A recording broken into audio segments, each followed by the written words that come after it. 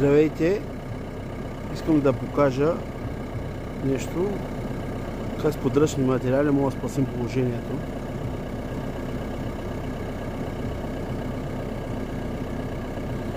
Виждате какъв е зрамаз. Виждате? Скреш. Понеже нямах седмик, сложих един картон. Картона върши работа. Ще го прибера, за да като паркирам, пак да го сложа. Замраза е голям. Да.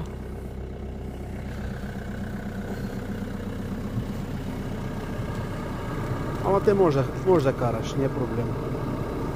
Нали?